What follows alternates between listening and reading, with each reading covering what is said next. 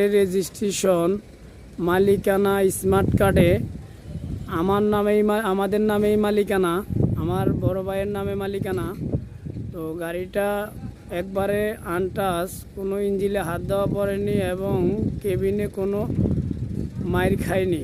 Chassis, cabin, body, engine original, কাগজ complete, মালিকানা smart card. তো আমাদের সাথে যোগাযোগ করবেন। এই যে দেখেন গাড়িটা একেবারে 6টা চাকা, এমআরএফ টায়ার নতুন।